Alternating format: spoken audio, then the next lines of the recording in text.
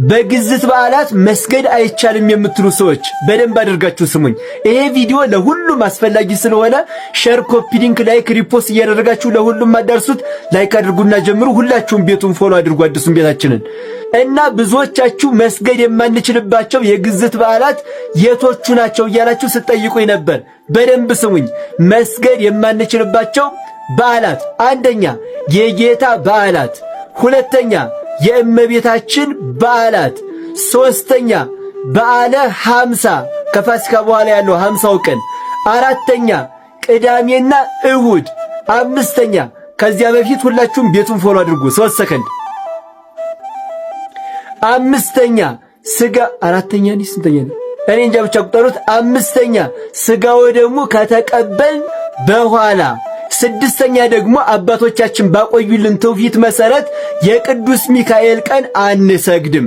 በእነዚህ አሁን በዘረዘኩላችሁ በዓላት የግዝት በዓላት ስለሆኑ ስግደት አብዝተን አንሰግድባቸውም ማለት ነው። ነገር ግን ወደ ቤተ ክርስቲያን ስንገባ ግን 3 ጊዜ ምናምን እንሰግዳለን።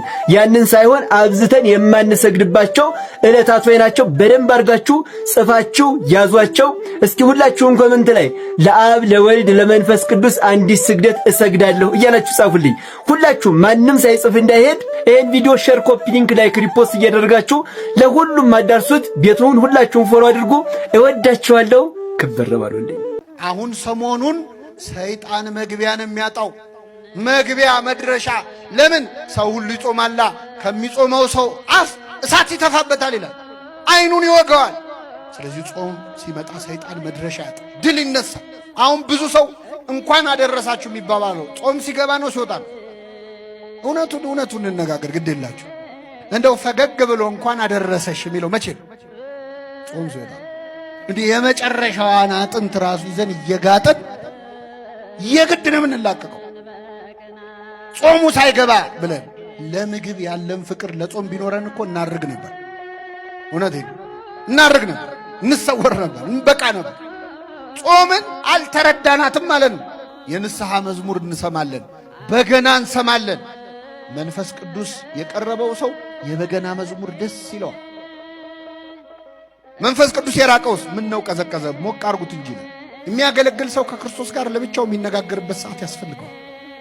ለምን አቃተኝ ጌታ ሆይ? ሰብኬ መመለስ፣ አጥምቄ መፈወስ ለምን አቃተኝ? ፍሬ ማፍራት ለምን አቃተኝ? ለብቻዬ መጠየቅ አለብኝ ክርስቶስ። አቤት አሁን እኔ የቤተ ክርስቲያን አስተዳዳሪ ብሆን እንዲህ ያደርግ ነበረ። እንደው አሁን ምን አለ እንዲህ ያደርግ ጳጳስ በሆነ አሁን እኔ እንዲህ ነበር ማረግ። ስለዚህ ጌታ በልቶልናል አንበላም ለምን አይደል? ጌታ እንቅልፍ ተኝቷል አልተኛም? ተኝቷል አይደል? እዚያ ጀልባ ውስጥ ተኝቶ አልነበረ? ተኝቷል። ስለዚህ ጌታ ተኝቶልናል ብለው ለምን አይተውት? ምግቧን ብቻ ነው እንደ መርጠው ጌታ በልቶልኛል ጾሞልኛል የሚቆጥር ማሽን እዚህ ቢገጠም ከሌሊት ከተፈሲ ማርያም አንስቶ ቅዳሴ ተቀድሶ እስኪወጣ የክርስቶስ ስም ስንቴ እንደሚጠራ ቢቆጠርኛል የሚበልጠን። ትጠራዋለች ክርስቶስ ስሙን ታቦቷ ላይ ጽፋ ትሰግድለታለች። ይሄ ብቻ ግን አልበቃት። በእግርም በግብርም ነው የምትከተለው ክርስቶስን። ክርስቶስ ጾሟል፣ ትጾማለች፣ ጸልየዋል፣ ትጸልያለች። በረሃ ላይ ወጥቶ ብቻውን ሲጸልይ ነበረ። በረሃ ላይ ያሉ መናኞች አሏት ቤተክርስቲያን። አንዴ ፍቅር በፍቅር ሆነን እፍ ብለን አገር ያዝ እንላለን። አንዴ ደግሞ እርስ በርስ እንጋደላለን።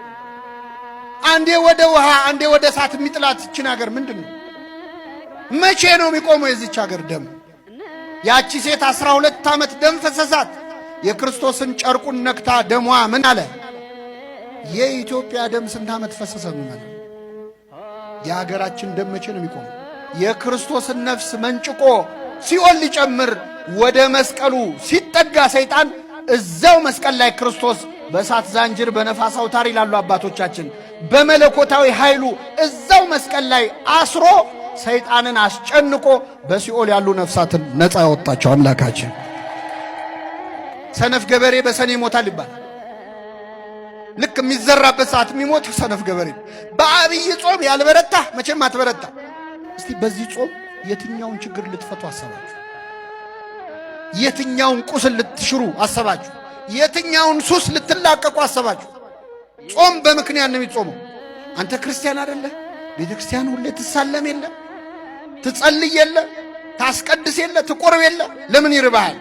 እስቲ የእግዚአብሔር ልጅ ከሆንክ ለምን ትቸገራለህ? ይሄ የሰይጣን አስተሳሰብ። እኛ ራበንም ጠማንም አጣንም አገኘንም የማን ልጆች ነን? የእግዚአብሔር ልጆች። እስከ 9 እንጾማለን፣ ሥጋ እንበላም፣ የሰው ሥጋ ግን እንበላለን። ሰው ግን እናማለን። ሐሜት አያርግብኝ እንጂ ብለን እናማለን። እኔ ለማማት ብዬ አይደለም ብለን እናማለን። አባቶች የሉንም ካልክ እኔም ልጅ አይደለሁም ብለህ ራስን መጠየቅ። ዛሬ አባት የለም እረኛ የለም ካልክ አንተ በግ ነህ ወይ? ዛሬ ሉተራውያን አብይ ጾማቸውን የሚጀምሩበት ቀን ነው። እንኳን አደረሳችሁ ለማለት ያህል ነው። ዛሬ ፌብሩዋሪ 18 እስከ ኤፕሪል 1 ድረስ የሉተራውያን አብይ ጾም ወይ ደግሞ ሌንት ተብሎ የሚነገረው ማለት ነው ለ40 ቀን የሚጾሙበት ቀን ነው። እንኳን አደረሳችሁ። ብዙውን ጊዜ ላይ አብይ ጾምን ኦርቶዶክሳውያን ብቻ የሚጾሙ ይመስላቸው ለአንዳንድ ፕሮቴስታንትና ፔንቴኮስታል አማኞች እባካችሁ ይህ ቪዲዮ አድርሱልኝ። እስቲ እነሱ ምን ትሏቸው ይሆን? ሳይገባቸው ይሆን የሚጾሙት? አዋጅ ጾም አያስፈልግም ብለው ይሏቸው ይሆን ለነሱ? ክርስቶስ ጾሞልናል ይሏቸው ይሆን ለነሱ? ያሳዝናል። እንዲህ አሁን ጉዳያችሁን ፈታችኋል፣ ፈተናል። አያገባም፣ የኛ ጉዳይ ነው። እሱም እዛ አገልግሎት ነው ያገለ የራሱን ይወጣ እኔ ይመጣ የጠላት ነው። ብንጣላም ብንጨቃጨቅም ብንነካከስም በውስጥ የጠላት ጉባኤ የጠላት ሸንጎ ፊት ሄደን እዛ አሁን እንደዚህ አድርጎኝ ነበር እንደዚህ ብያለሁ አይባል። በቃ እኛ ውስጣችን ያቺን ይዞ ሲያመጣ እኔ በእውነት ተመስገን ይቅር ብያለሁ። እኔ በእውነት ሁለተኛ እንዳትሳሳት፣ ዘር ውስጥ እንዳትገባ። እኔ ኦሮሞ ነኝ እኔ ምናምን ነኝ አይሰራም። ስነ ስርዓት ያዝ፣ የቤተክርስቲያንን ቀኖና ጠብቅ፣ ህጓን ጠብቅ ና። እኔ ደግሞ በልምድ እበልጥሃለሁ፣ በሌላ ባይቀም በእድሜም እበልጥሃለሁ። ችግሬ እዚህ ቤቢ ፌስ ሆኜ ጩጬ እየሆንኩ ነው እናንተ መላገጫ የሆንኩት እንጂ ታላቅ ወንድማችሁ ነኝ። እውቀት ባይኖረኝ ምን ባይኖረኝ እንኳን እንደው በምክርም በልምድም። ስለዚህ እኛ ተተጨቃጨቅን ምን ካል በኋላ እንደ ጠቢብ መሆን እንደዚህ በእንትን መሄድ እኔ ወጥቼ ባዳ ይገልጣለሁ፣ ትስተካከላለህ፣ ይኸው ቀጥ ብለህ ታገለግላለህ ማለት ነው። አለቀ። አንድም እንዲጠፋ አልፈልግም። ማንም እንዲጠፋ አልፈልግም። ስነ ስርዓት ብቻ መያዝ፣ ስነ ስርዓት መያዝ፣ አባቶችን ማድመጥ፣ ቤተክርስቲያንን መስማት። እዛ ጴንጤ አዳራሽ ውስጥ ጥላችሁ የመጣችሁትን ጣባ ይዛችሁ እዚህ አለመምጣት። ቤተክርስቲያኒቷ የራሷ መንገድ፣ የራሷ መመሪያ፣ የራሷ ህይወት፣ የራሷ ቀኖና ያላት ናት። የእናንተን ኮተትና ሸክም ይዛችሁ ማራገፍ አይቻልም። አዳምጡ፣ ስሙ። እናንተ የምታውቁት ወንጌልና እኛ የምናውቀው ወንጌል የተለየ ነው። የእናንተ ኢየሱስና የኛ ኢየሱስ የተለየ ነው። በዚህ ስትመጣ እንደ ቤቱ ባህል እንደ ቤቱ ጠባይ ነው መሆን ያለብህ። እና ትላንት በባቡር እየሄድኩ ነበረ። ድንገት ከፍቼው ምንድን ነው የሚለው ደግሞ ብዬ ለእንትኔ ስለምሰማው እና ሲያፋጥጠው አየሁ። እኔ ደግሞ ፐርሰናሊ ሀሳብ ነው የሰጠሁት፣ ትችት ነው የሰጠሁት። አለቀ፣ ነገሩ አልፏል፣ አለቀ። ስለዚህ ግን የመለሰው መልስ በጣም ነው ደስ ያለኝ። በቃ ዘግተናል። ታርቃችኋል? አዎ ታርቀናል። ተስማምታችኋል? አዎ ተስማምተናል። ከዘመድኩን ጋር እኮ ነው የምልህ እኮ ምንም ከዘመድኩን ጋር የእኛ ጉዳይ ነው፣ አንተን አይመለከትም። መጀመሪያ ፓስተሩ ጋር ለምን ትሄዳላችሁ? አሁን የቤተክርስቲያኑ ልጆች ግራ የገቡኝ እሱ ጋር ሄደው የሚጠበጠቡበት ምክንያት ነው ግራ የገባኝ። ሚዲያ አታችሁ ነው ነገረ መለኮትን ነገረ ማርያምን ለማስረዳት መስመር አለው። የሊቃውንት ጉባኤ ያለ ቤተክርስቲያኒቱ አጋላት። ይሄ ጎረምሶቹ ተሰብስባችሁ አኬ እንዲህ ብሏል እና ኦርቶዶክስ ምናምን እና አንድ አኬ የሳተ እንደሆነ ቤተክርስቲያኒቷ ሳተች ማለት ነው። ቤተክርስቲያን የማታውቀው ልጅ ስለ ሳተ ይሄ መስተካከል አለበት። እንዲህ እየተነጋገርን እንቀጥላለን። የአብይ ጾም ጉዳይ እንግዲህ ይህን ይመስላል ማለት ነው። የአንድ የሁለት ሳምንት ጫት ቤት ይጨልማል። ለአንድ ሳምንት ቤተክርስቲያን በቅዳሴ ይጨናነቃል። ከዛ ከአንድ ሳምንት በኋላ መጠጥ ቤቱም ይደምቃል። ከአንድ ሳምንት በኋላ እንትኑም ይደምቃል። ይሄ ድሪያውም ምኑም ወደ ነበረበት ይመለሳል ማለት ነው። ግን ዘንድሮ ደግሞ ከቻለ ምክንያቱም ምዕመናንን እንደ ፕሮጀክት ይዞ የሚከታተል የሚያጸና ስለሌለ ማለት ነው። ስለሌለ ጉባኤዎች ወንጌል አይሰበክም፣ ቀርቷል። ልመና ብቻ ለጉባኤ ተብሎ ተጠርቶ መጥቶ እንግዲህ ምዕመናን አይታችኋል፣ በዚህ በኩል ህንፃ አቁመናል፣ የ200 ሚሊዮን ብር ነው እንግዲህ ከጀመርነው እንደዚህ ነው፣ እያንዳንዳችሁ እንድትሰጡ ምናምን። ስራ ያጣ ስራ የሌለው የደህየ የቆረቆዘ ህዝብ ስራ የሚያገኝበትን የሚጸልይበትን ብሩህ አይምሮ የሚያገኝበትን ሳይሆን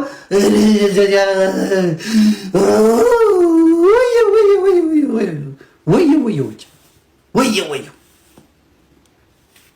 ይህንን ጾም ወጣቶች፣ ይህን ፕሮግራም የምትሰሙ የምትከታተሉ ሰዎች ወገባችሁን ጠበቅ አድርጋችሁ ከንስሐ አባቶቻችሁ ጋር ተነጋግራችሁ ጥርት ብላችሁ ጧጧት ጸበል በመጠመቅ ከዚያ በኋላ በመጸለይ ከዛ መጽሐፍ ቅዱስ በማንበብ ወንጌል በመማር ሰንበት ትምህርት ቤት በመግባት ዝማሬው ራሱ አንድ የሚቀድስ ነው።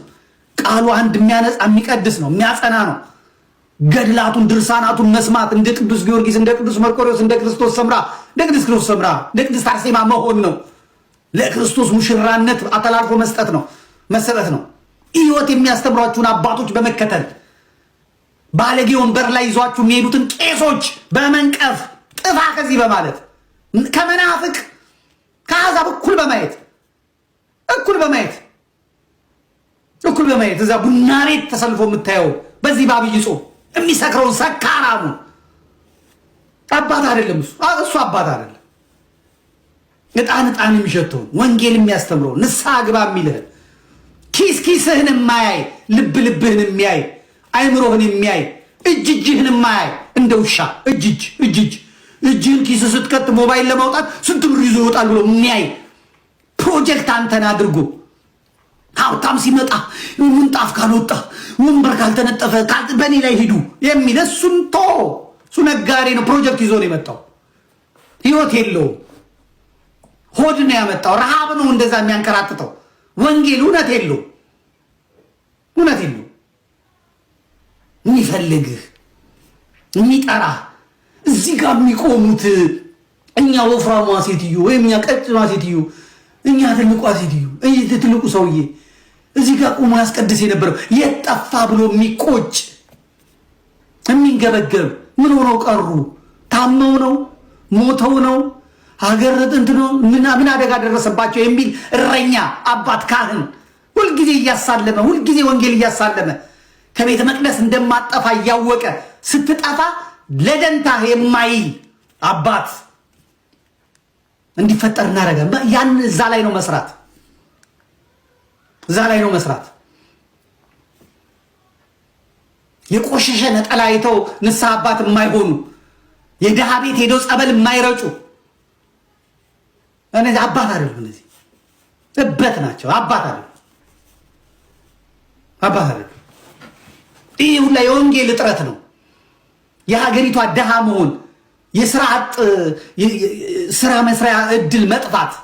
እዚህ ቢያንስ እዚህ ሰው ለነፍሴ እያለ ሙዳየ ምጽዋት ውስጥ ይከታል። እዚህ ገብተን ሆዳችንን ከርሳችንን ህይወታችንን እንሸጋገርባት የሚሉ ማለት አሁን መነኩሴቱ ማግባት ጀምሯል። እንገርማል። አንድ ሁለት ምናምን መነኩሴ አይቻለሁ ማግባት ጀምሯል። በቃ አለቅ ተማረበት፣ ሸቀለበት፣ ሙዳየ ምጽዋቱን ዘረፈበት። እዛው ቆንጆዋን ያቃታል፣ አውደ ምሕረት ላይ ያቃታል፣ ማን ምን እንደቸገራ ያቃታል። ቆቡን ጥሎም ብሎ ያገባል። ቪዲዮውን ባሳያችሁ ትገረማላችሁ።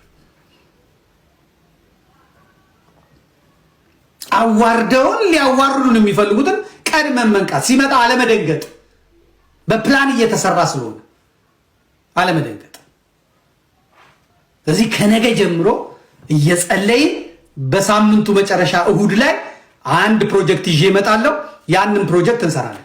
ፕሮጀክቱን ልክ እንደ ዋልድባ አምጥቼ እንትኑን አላደርግም። አዎ ትይዝልኛለህ። ፕሮጀክቱን እንደ ዋልድባ አምጥቼ ስልክ ቁጥሩን አልለጥፍም። ከፕሮጀክቱ አካላት ጋር እንነጋገራለን። ከዚያ በኋላ የሚያስፈልገውን አይነትና ብር እንነግራለን። አይነቶቹንም እለጥፍላችኋለሁ ቴሌግራም ላይ፣ በዚህ በቴሌቪዥን እነግራችኋለሁ። ትከፋፈሏችኋላችሁ። አንድ ሰው ችለዋለሁ ዘመዴ ካለ 10,000 ሰው ዋይ ቢል አለቀ። ለሌላ ፕሮጀክት እንዘጋጃለን። አለቀ። እንደዚህ አሁን ይህን ቄሶቹ አይወዱትም። ወይ ይላል። 5 ሳንቲም ለምኖ ያጣው ሰው ልክ በቃ ምን የጎደለ ይሄ እንካ ስትሉት እንደዚህ አይደለም ምናምን። ቤተክርስቲያን እኮ መጥተው ባለሀብቶች ይሄን ህንፃ ቤተክርስቲያን ማቴሪያል እናቀርባለን፣ ገንዘብ እናቀርባለን፣ እኛ እንስራው ሲሏቸው ይሰበሰብና ኮሚቴ አይ እንደዛ አይቻልም፣ ገንዘቡን ስጠን። ለምን ሰጣችሁ? ብረት ስንት ነው ይፈጀው? 100 ሚሊዮን 100 ሚሊዮኑን ይችላለሁ፣ ብረቱን የሰራተኛው እኔ እከፍላለሁ ምናምን አይቻልም። ምክንያቱም ፕሮጀክት ነው። ስንት ልጆች ያሳድጉበታል፣ ስንት እንትን ይሉበታል። ይህንን ሰንሰለት እንበጣጥሰዋለን። የነሞጣ ቀራኒውን የነዮኒ ማኛን የቲክቶክስ ቤተሰብ አልፈልግም። መምጣትም አይችሉም። እዚህ ውስጥ መጥተው የሚሰሩት ስራ የላቸውም። እነዚያ በራሳቸው መስመር የሚሄዱ ናቸው። ይገርማቸዋል።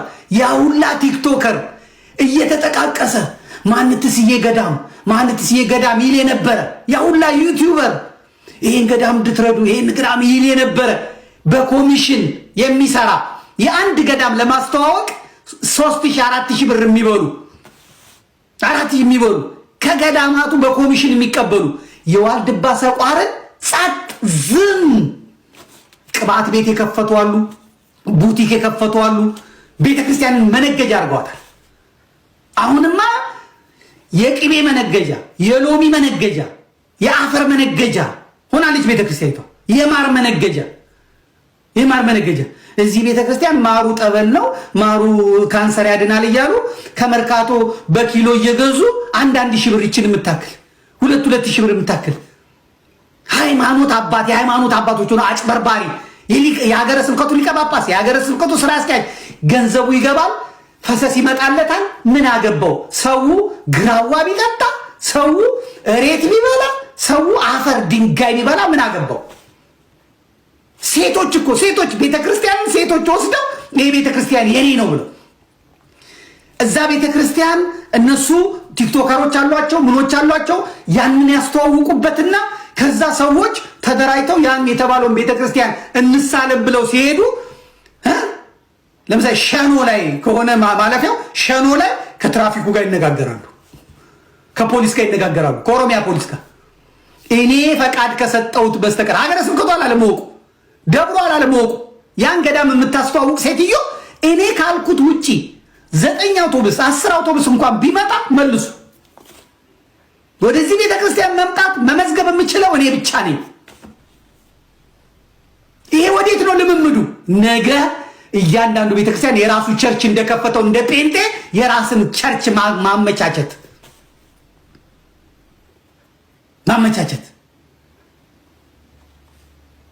የሎሚ እምነት ያለው ተክለ ሐዋርያት እዛ ማን ነው ከደብረ ሊባኖስ በታች ያሉት ጻድቁ ጋር ብቻ ነው። አሁን ዛሬ ሎሚ 1000 ብር የሚሸጡ ነጋዴዎች መጡ። 24 ካህናት አንዲት ቤተክርስቲያን ያጥናሉ።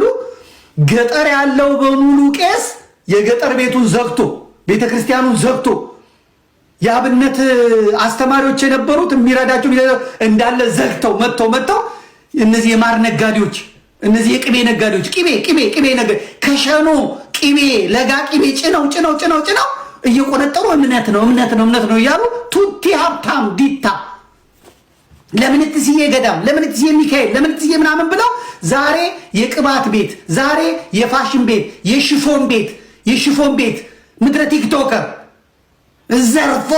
ዘርፎ ቤተክርስቲያንን እርቃኗን አስቀርቷታል። መሰበር አለበት። መጋፈጥ መቻል አለበት። አንድ ልጅ ብቻ ነበር ያየሁት። ማን ነው የሚባል ልጅ የዋልድባ ሰቋርን ሲያስተዋውቅ የነበረ አንድ ወንድማችን በፊት ብዙ ሚዲያ ላይ የነበረ አሁንም ሲሰራ የማየው ልጅ ማለት ነው። መካሻ የሚባል አንድ ልጅ ሲያስተዋውቅ አይቼዋለሁ። የዋልድባ ሰቋር ማለት ነው። እነነጋሽ በዳዳ እነማነማ የለም። የትኛውም ዩቱበር የትኛውም ቲክቶከር የለም።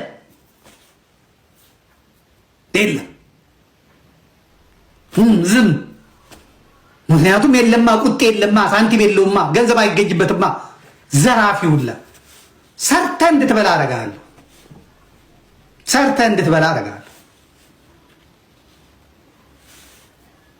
በተሰጠኝ እድሜ በተሰጠኝ ጊዜ አረጋለሁ። ይሄ ፎቶ ይዘ ደብተራ ምንድን ነው ይሄ ጠንቋይ ይዘ ፎቶዬን ይዘ ስታስተከትል ትውላለህ። በፈንጅ የታጠርኩ ነኝ ብላል። አጋንንት ሳቢ የአየር አጋንንት የጥልቁ አጋንንት ምናምን እያልክ መከራ አንተ በላለህ። ቤተ መንግስት እዛ መከራ ይበላሉ፣ እዚህ ቤተ ክህነቱ አካባቢ ተሰብስበህ መከራ አንተ በላለህ። አትነካኝም። እኔ ጥበቃው ከባድ ነው፣ ሰራዊቱ ከባድ ነው፣ የእሳት ቅጥር ነው በዙሪያ ያለው። አትነካኝም። በራሴ ኃጢአት በራሴ ምን ወድቃለሁ እንጂ አንተ አትነካኝ። ስትደክሙ ያቸዋለሁ። አብረው የሰሩ ሰዎች ይነግሩኛል። አልቻልንም ብለው የነገሯቸው ሰዎች ይነግሩኛል። አላስበላ አለም ብላችሁ ማለት ነው የለም። ስለዚህ መጪውን በስራ እናሸንፋለን ማለት ነው። እግዚአብሔር ካለ እቺን ቁረጡልኝ እናንተ በጣም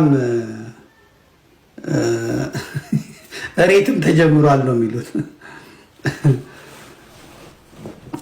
ያላችሁ አሁን ሴቶች መጡ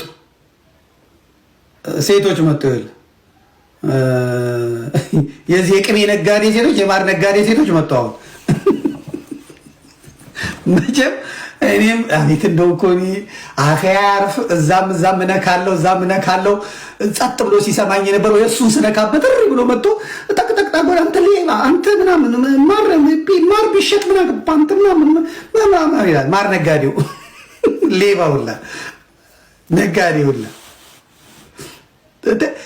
ከሴት ነጋዴ ስርዓት እናወጣታለን። ከሴት ነጋዴዎች ጋር የተመሳጠረ የቤተ ክህነት ጳጳስ መነኩሴ እስራት ነፃ እናውጣታለን። ቤተክርስቲያን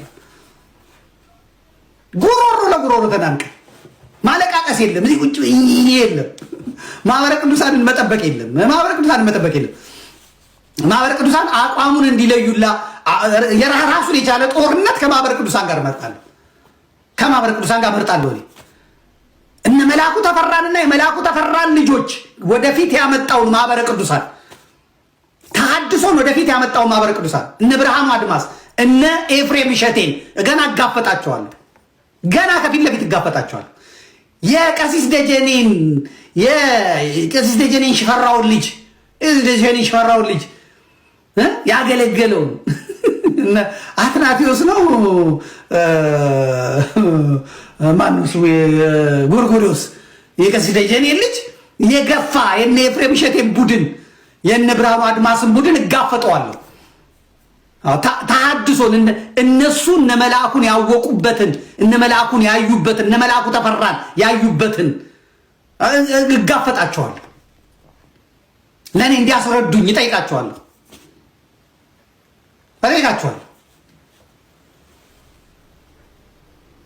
ደም የከፈልንበት ዋጋ የከፈልንበትን ማንም ሲጫወትበት ማንም ሲጨባለቅበት ማየት አንፈልግም።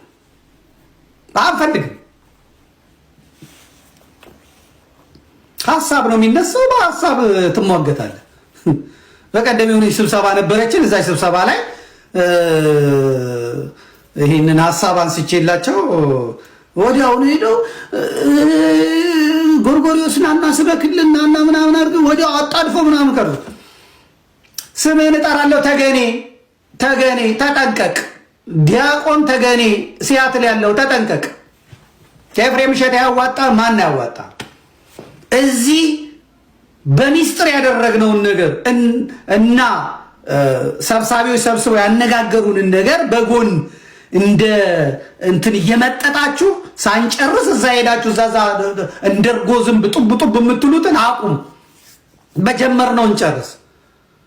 ሊቀ ኃይላት በጀመሩት እንጨርስ። እኔ አላቅህም። ተገኔ ተጠንቀቅ። እየተጠቀሙብህ ነው። ተጠንቀቅ። ተገኔ ተጠንቀቅ። የማህበረ ቅዱሳንን እውነተኛ ልጆች ገፍታችሁ አባራችሁ ሰባብራችሁ ጥላችሁ ዛሬ እናንተ ከተሐድሶ ጋር ተፋቅራችሁ የልዑል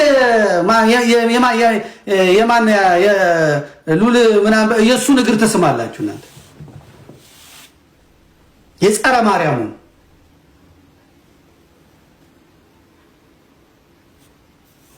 ዛሬ ቀሲስ ደጀኔ የት አለ? እነ ያሬድ የት አሉ? እነ ዶክተር መስፍን የት አሉ? ገፍታችሁ እንደ ሸንኮራ መጣችሁ። ከጠላት ከሃይበት በላይ ጠላት ሆናችሁ ማለት ገና ማህበረ ቅዱሳን እመጣላለሁ። ማህበረ ቅዱሳን ማህበሬ ነው የምወደው አባል አይደለሁም። የከፈልኩበት አባል አይደለሁም። መታወቂያ ያለኝ አባል አይደለሁም። ካንተ በላይ ለማህበረ ቅዱሳን ዋጋ እንዴት እንደከፈልኩ አሳያለሁ። ማህበሩ ለመሸጥ የተዘጋጃችሁ አላችሁ። ገና አፋለማለሁ።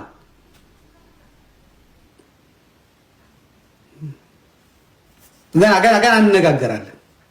ዝም ብሎ ነገር አይደለም ያለው። በደንብ ነው የምንነጋገረው። በደንብ እናወራለን።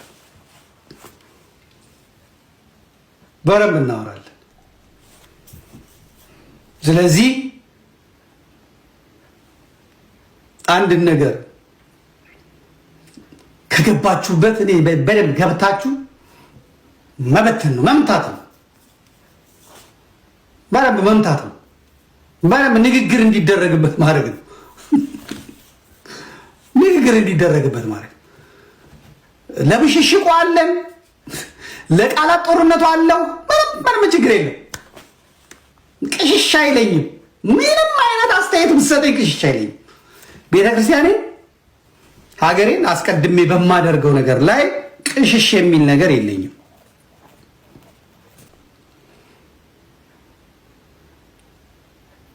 ብልጽግናን እንቃወማለን ትልና ከዛ ሄኖክ ኃይሌን ግን አትቃወም። ሄኖክ ኃይሌ የሚሰራውን አትቃወም። ሄኖክ ኃይሌ እኮ ለአዳነች አቤቤ ግባት ሆነ። አብይ አህመድ እኮ ፓርላማ ላይ ሪፖርት አቀረበ። አይታችኋል፣ ሀገሪቷ ሰላም ናት፣ ሚሊዮኖች ነጭ ለብሰው ወጥቷል። ይሄን አይደል የነገርናችሁ እኛ መጀመሪያ? ይሄን አይደል የተፈለገው? ሀገሪቷ ሰላም ናት ለማስባል አይደለም። ከዛ አብይን እንቃወመዋለን ትላለህ። ሄኖክ ኃይሌን እዚህ አብይ ያስቀመጠውን እየደገፍክ ማለት ነው።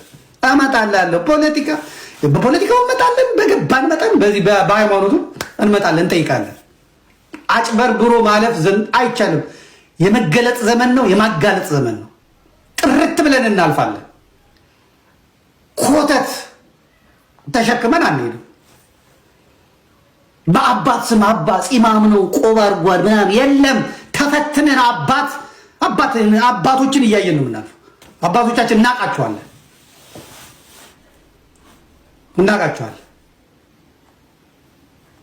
በዛ መሰረት ነው የምንሄደው። ይህንን ህዝብ አይደለም ተደራሽ እንዲሆን የምፈልገው። ምርጥ የተጠሩ ብዙዎች የሚለው ጥቂቶች ያን ይዘን እንሰራለን። ዋልድባ ላይ እንደሰራ ነው ማለት ነው እንሰራለን። አሁን ደግሞ ወደ እናቴ ወደ ቤተ ክርስቲያኔ አሁን ደግሞ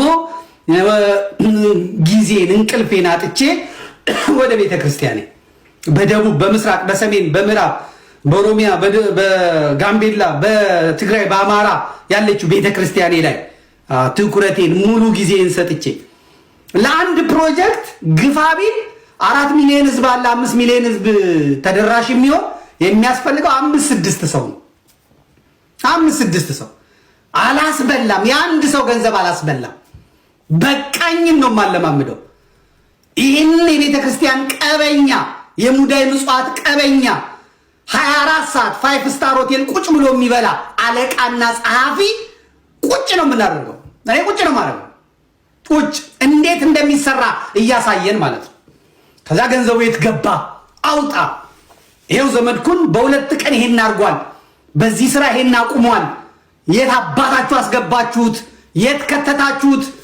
ይሄ የልማት ኮሚቴ፣ የህንፃ አሰሪ ኮሚቴ እየተባለ ከጡረታ ስፍራ እየመጣ ቤተክርስቲያንን መጦሪያው ያደረገ፣ የገቢ ምንጩ ያደረገ፣ የነዳጅ ጉድጓድ አድርጎ ያስቀመጠ፣ ምዕመናንን እያራቆተ፣ ኪስ እያራቆተ፣ ቤተክርስቲያንን እያደኸየ፣ ሰው ላይ ሳይሰራ በካህናት ላይ የተሾመ፣ አሁንማ የአለቆችም ምናምን የሚያባረራ ሰበካ ጉባኤ ሆኗል እና ሰንበት ተማሪ ሆኗል እና የህንፃ አሰሪ ኮሚቴ ሆኗል።